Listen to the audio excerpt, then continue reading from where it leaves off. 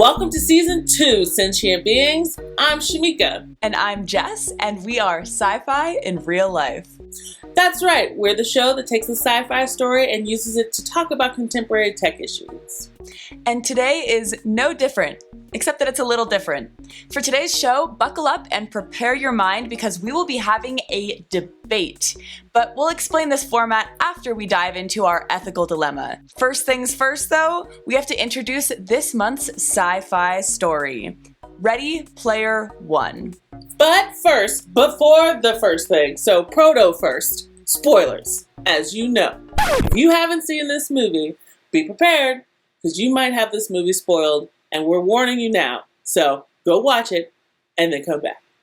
Or read the book, but movie's faster. True. So now the proto first thing is out of the way, the first thing. What is this movie about?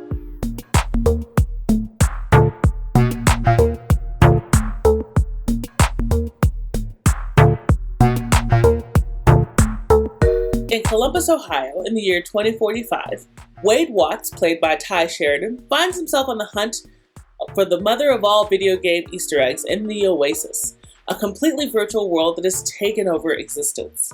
Created by James Halliday, Mark Rylance, the Oasis is up for grabs by the player who finds the Easter egg. Can Wade win against the corporate greed also hunting for the prize? Since you watched it, you know the answer.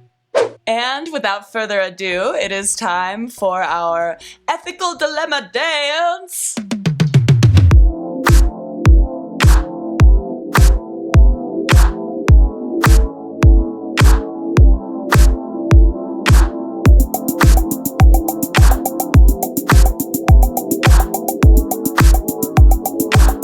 And now it is time for SciFi IRL's very first ethical dilemma debate.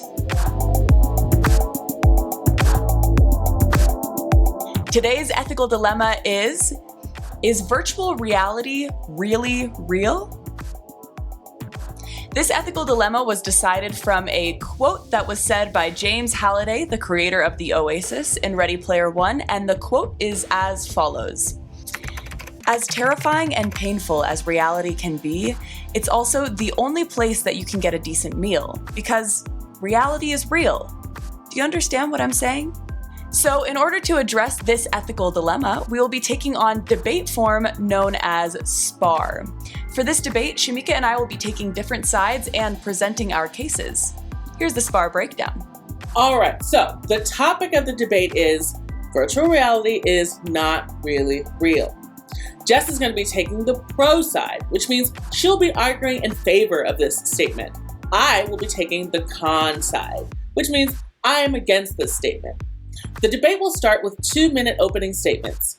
First from the pro side, and then from the con side. Then we're going to head into 5 minutes of crossfire, where we can ask each other any questions, in an attempt to knock down our opponent's arguments. Finally, we'll each have a 1-minute closing statement, first from the con side, then from the pro side. Ready to start? Oh yeah. All right, let's do it. I will be starting off this digital debate with the pro side, and I will be arguing that virtual reality is not really real. I have 2 minutes on the clock. Are you ready, Shamika? I'm ready. Ready, Freddy. Let's do it. All right, here we go. 2 minutes starting now. I am arguing that virtual reality is not really real, and here's why. I'll start by explaining one of my favorite books by Sherry Turkle titled Reclaiming Conversation: The Power of Talk in a Digital Age. And in this book, Sherry Turkle outlines a lot of reasons why digital communication is replacing face-to-face conversation. She says that we are turning to our phones instead of to each other. Basically, she's outlining the fact that we are losing our connections with our society, with close relationships, and with ourself due to digital connection as opposed to real connection. So there's a quote from this book that I really love. It kind of embodies this idea. Sherry Turkle says, every time you check your phone in company, what you gain is a hit of stimulation, a neurochemical shot, and what you lose is a friend, teacher, parent, lover, or coworker, and what they just said, meant, or felt. So Sherry Turkle is basically outlining one of the biggest problems that we saw in the movie Ready Player One, which is that even though digital communication can augment face-to-face communication and digital living can augment face-to-face and real-world living, it often, and more often than not, takes away from the real world. So think about FaceTime. FaceTime is a great example of a technology that can actually add to the real world in our communication and connection with others. But if we use FaceTime in the presence of people in the real world, it actually is taking away from our connection in our real world living. So all of this is really just to say that we are losing connection and touch with the real physical world based off of these virtual and augmented worlds, and that's why virtual reality is not really real. And I went over by 2 seconds, so Shamika's got 2 extra seconds on the clock. All right, cool beans. Okay, let me know when the clock starts. I'm ready to go. Ready, set, go. So I'm arguing that virtual reality is real. The final line in the movie says reality is the only thing that's real, and I actually don't agree with this conceit. When you fell in love in the Oasis, Wade Watts, that was real. You had pain and pleasure in the Oasis. If you can afford it, it was also real offline.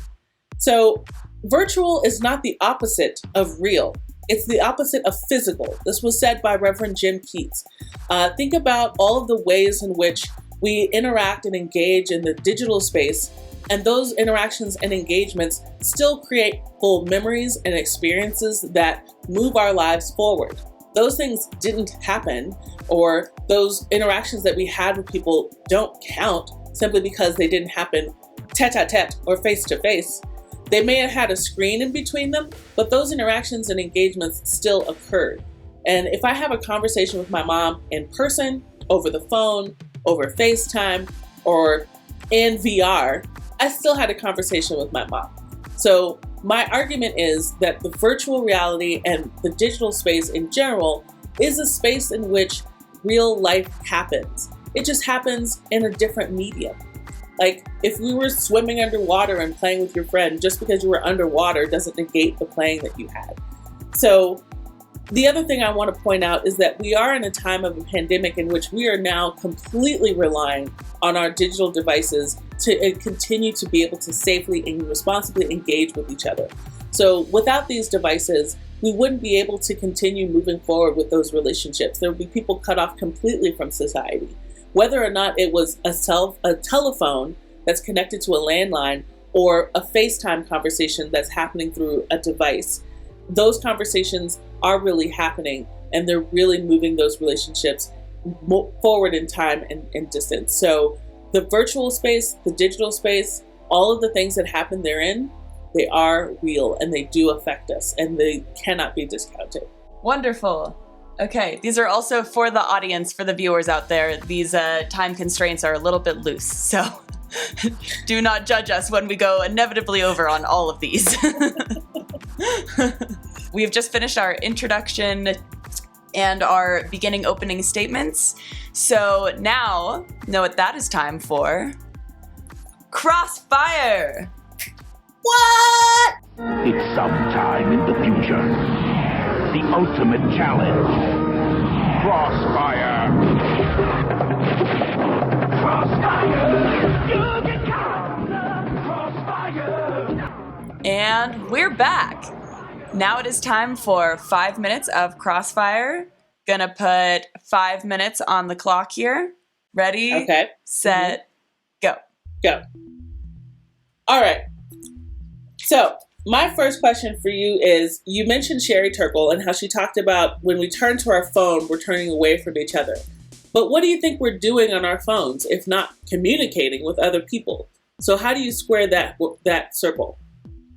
See, this is a really important question because I do think that there are some cases where phones will augment and they will add to our connections with others. Like if, for example, I'm not in the same state as you, Shamika, then like clearly Zoom is bringing us together in a way that we couldn't do if we were in the same place. So I think there are definitely benefits to it for sure.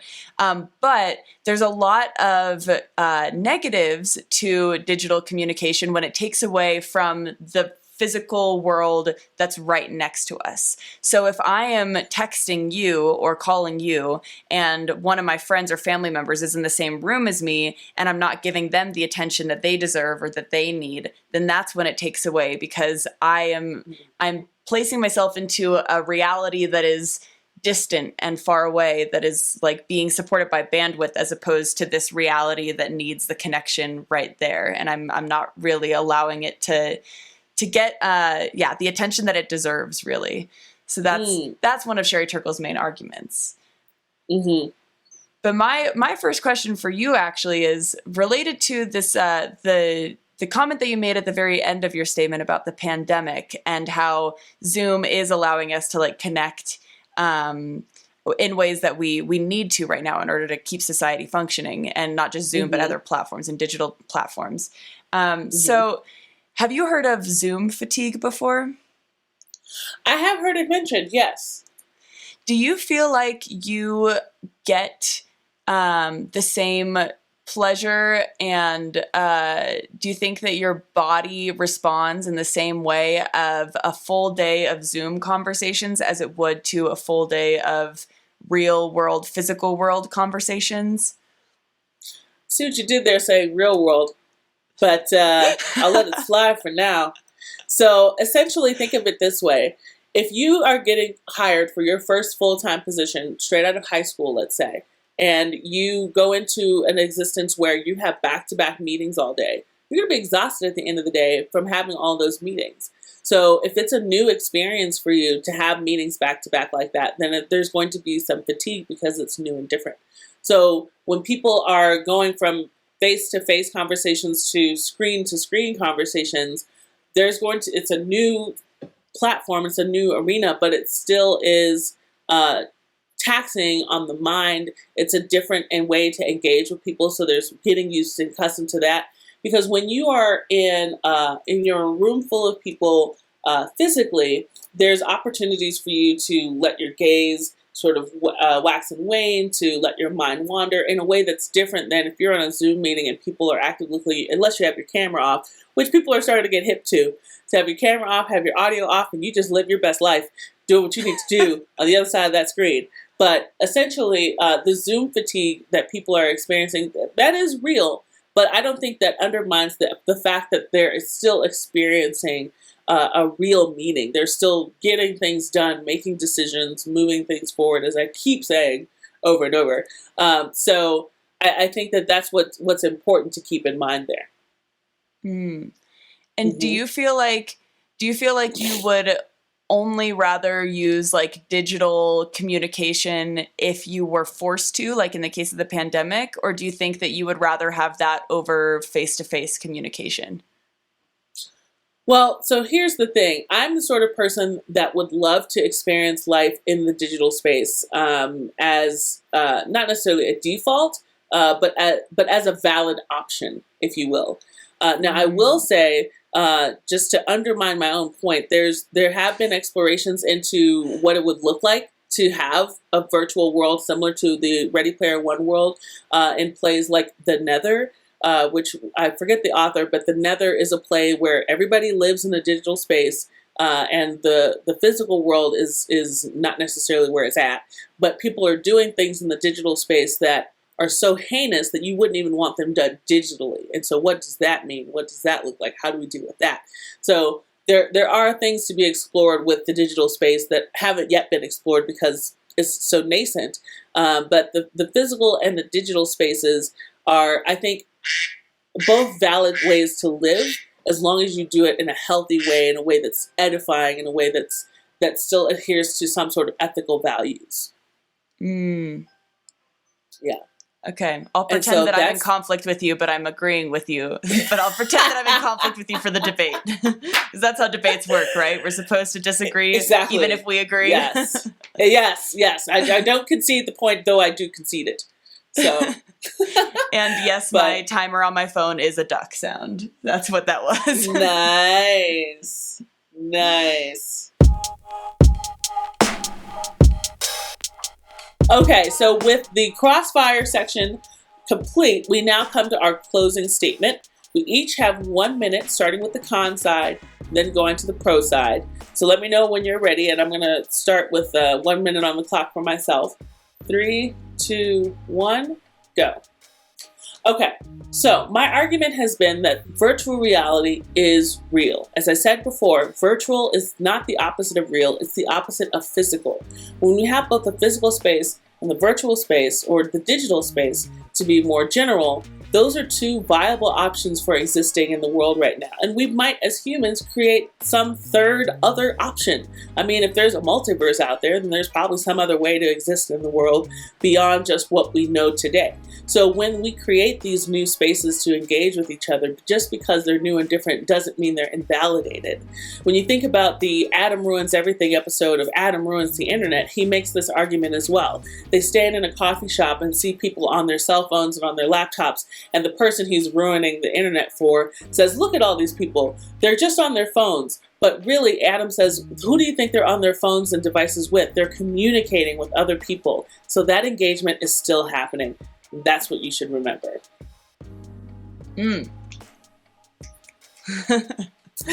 Okay. So now final closing argument. I've got 1 minute on the clock. Yep. Ready, set, go. So really, the question that we've been asking here is virtual reality really real? And I think I will maybe have to concede and say that yes, in terms of what Shamika's arguments mentioned, it is real in the sense that it is existing. But the question that we need to ask now is, even if virtual reality is real, is it the reality that we really want? There's a really important quote that needs to be mentioned from the movie that was actually said by the creator of the Oasis, James Halliday. He said, "I created the Oasis because I didn't feel at home in the real world. I just didn't know how to connect with people there." So slowly, due to things like virtual reality, augmented reality, social media, our digital devices, we are losing our connection with those in the physical space, the real space, I might argue, around us, at the expense of our digital connections online. For these reasons, I think virtual reality may be real, but it's not the reality we really want. Can't argue with you there. Snaps.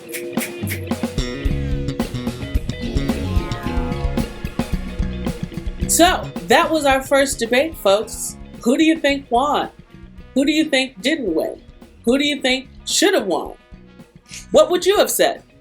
And maybe we'll elect a winner if enough people have a very targeted opinion towards one side or the other. But I do think that both of us kind of backed the other person's argument, so it might not be possible to have one winner in this case.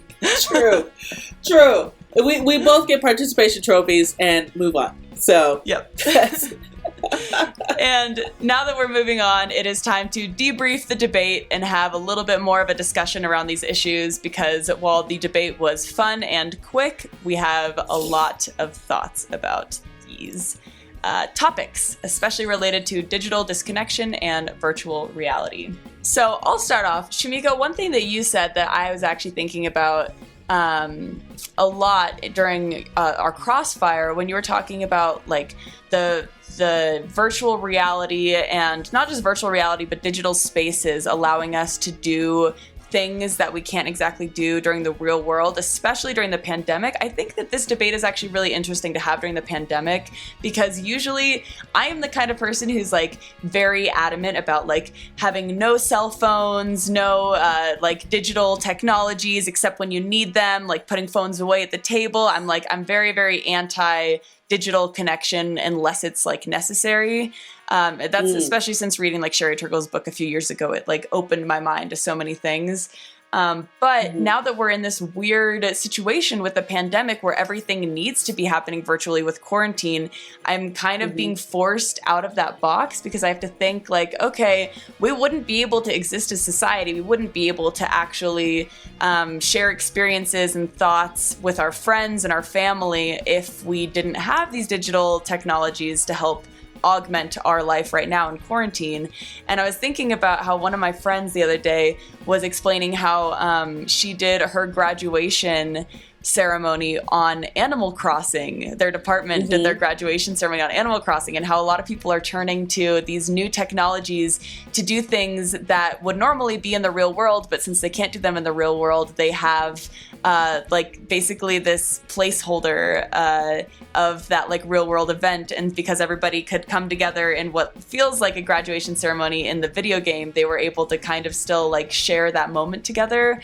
And I see the validity in that. I feel like that actually is that's like a nice thing to be able to share, or a nice memory to be able to share, even if it is online. And I don't think that takes away from anything, because obviously there wasn't even the option to have that ceremony in the real world, you know? Yeah, and even though you keep saying real world, you're really talking about offline, right? Yes. So there's offline and then there's online, or there's digital space and there's physical space.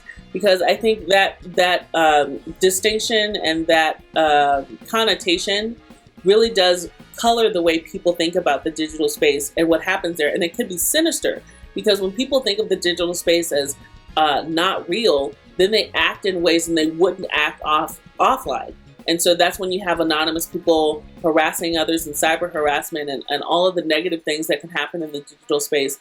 That gives them sort of a license to do that, because they can see it as, oh, it's just whatever, you know. They see it similar to as being in a video game. Being in a video game is very different than existing in the digital space, which is similar to, but slightly different than being in the physical space, right? So if I'm playing Second Life, but I'm spending 8 hours a day there, I have most of my friends there, I have a online business that exists in Second Life, right? So most of my income comes from Second Life. Then my experience with the digital space is very different than someone who just has maybe a social media account or maybe no social media accounts, and they communicate with most people through a physical landline or whatever the case may be. But all of that distinction aside, I think what's important for me is that even before the pandemic, there's a lot of talk about the digital space and communication and how to approach it, but there wasn't as much talk about how to do it responsibly or how to do it in a way that was balanced. That started to happen in the last maybe 5 or 6 years. But during Sherry Turkle's time, there's a lot of vilification of technology. Not that I'm necessarily a technology apologist, because there are some issues with technology that are very valid and very real and that need to be addressed as well. But I think instead of just saying all technology is bad or engaging with technology to communicate with other people is second class, it's less than, and you shouldn't do it unless you absolutely have to.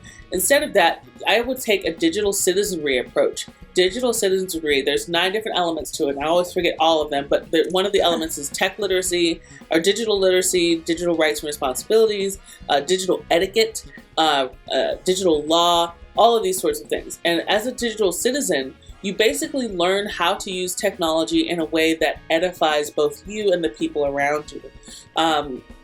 So if we had that mindset before the pandemic, then it would have just been simply us shifting into this new way of being with this notion of being responsible with our technology, but doing it in a way that affords us the opportunity to still communicate with people as much as we are.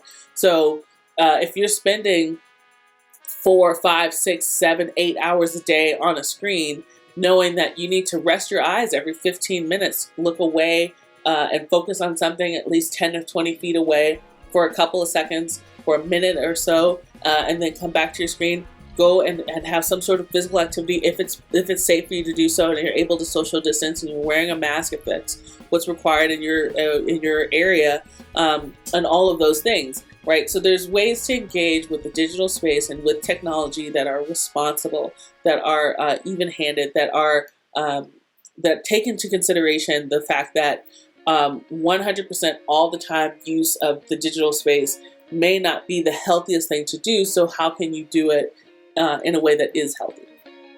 Yeah, it sounds like it's about finding that balance, right? So like on the one side, you have a very unbalanced and a very unhealthy relationship with technology. And that will include things like what is brought up in Sherry Turkle's book and what we see in like episodes of Black Mirror, like in season 3, episode 2, the playtest episode where augmented reality is kind of horrific, and we see this in WALL-E, where a lot of people are turning to virtual reality as a way to escape what they have created in the real world that is also a terrifying reality. And so I see this sometimes in families, and honestly even in my own family now. It's like conversations sometimes need to happen face to face, and instead sometimes we have them through text or online or over the phone.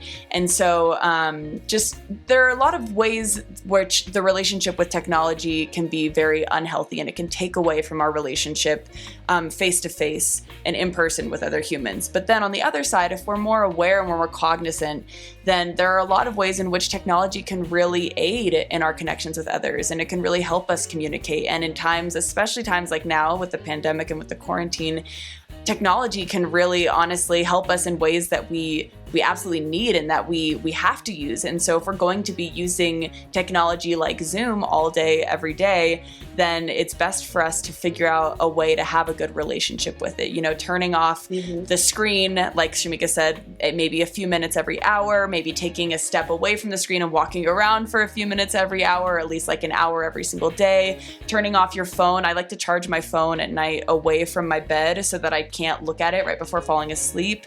And if you have like an iPhone, I bet Android does this as well. There's like apps that you can use, and like in the OS, you can see how much you're using your phone every single day.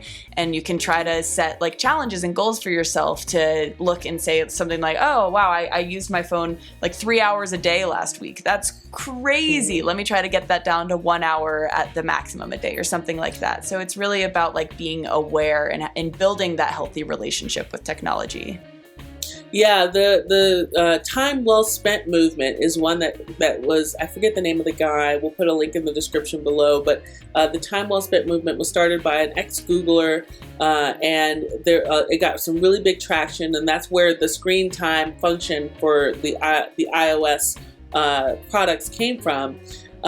So it was drawing attention to the fact that when we spend hours and hours and hours on these devices and in these social media accounts, that it is manufactured to do that, and we're manipulated to stay as long as possible. And the endorphins that we get with a new notification or new like or a new share, whatever the case may be, that's built into the system is not necessarily the best way to go about building a system, right? If you have psychologists who understand how gambling works and gambling machines work, working for your startup for a social media platform, what does that say about how you're treating your customers and really who your clients are? Because the people who are using the platform aren't necessarily your customers. Your customers are really the ad agencies who are running ads on your platform.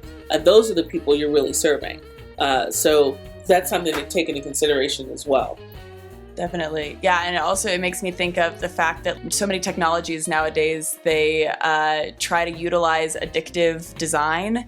And so if you go on your phone and you're looking at even just like the app icon for Twitter, or for Facebook, for Snapchat, or for Instagram, for all those social media sites, there's those little like red circles in the notifications. Even like LinkedIn, the way that it's designed is like scientifically meant to try to make your mind go crazy without making that notification go away. Like it's literally engineered to try to make us desire to look at whatever that notification is. And so there's different things you can do for this too. If you go on your phone, you can change your phone to a grayscale instead of a color scale, which helps combat addictive design. You can also set time limits on your app so that you don't get, you don't have to look at them, or you're not allowed to access them after like a certain time at night. You can also get rid of your push notifications so you don't get like super overwhelmed every single time you open or look at your screen, even just to check the time. You don't see like 30 notifications from something. So there's a lot of ways to combat this, but I mean, really it starts with this awareness piece, right? Exactly. Yeah. I mean, you can also take those apps off of your phone. Most of them have a website component. So if you, like, I turned off notifications on my Facebook, but I might as well take it off my phone and just look at Facebook on the internet, on my computer, my laptop, as opposed to having it on my phone. And just turning off the notifications made a huge difference for me. I know people who have taken their email account or their email app off of their phone, or their email account off of their phone, so that they only check their email for that designated time during the day or whenever the case, that they're going to be checking their email. And when they're not in front of their laptop checking their email, they're not looking at their email. They're not thinking about their email, right? That I think that was inspired by the 4-hour workday. I don't know if you're familiar with that book. We'll drop a link for it below, but it came out of this notion of using the internet to leverage your business in a way that will allow you to work less and still reap the benefits of working. So.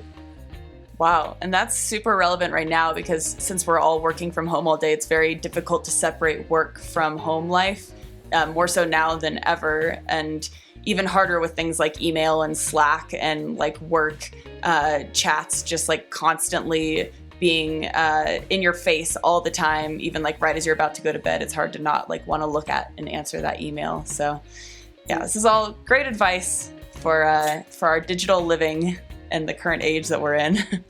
Exactly.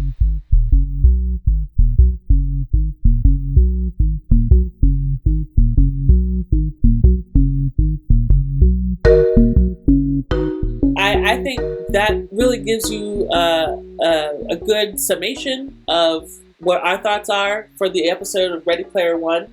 And that will sum up this month's episode. We hope this gives you all something to think about. And as you may well know, at the end of every episode, we ask a trivia question related to something that we covered during our sci-fi analysis. If you think you know the answer, send it to us in a tweet. The first person to get the answer will be included in the shout out in our next episode. So today's trivia question is an easy one. What does OASIS stand for? Think about it. If you like this content, feel free to click that like or subscribe button and share it with your friends. And we'll see you next time for SciFi in real life. Good night and good luck, humanity.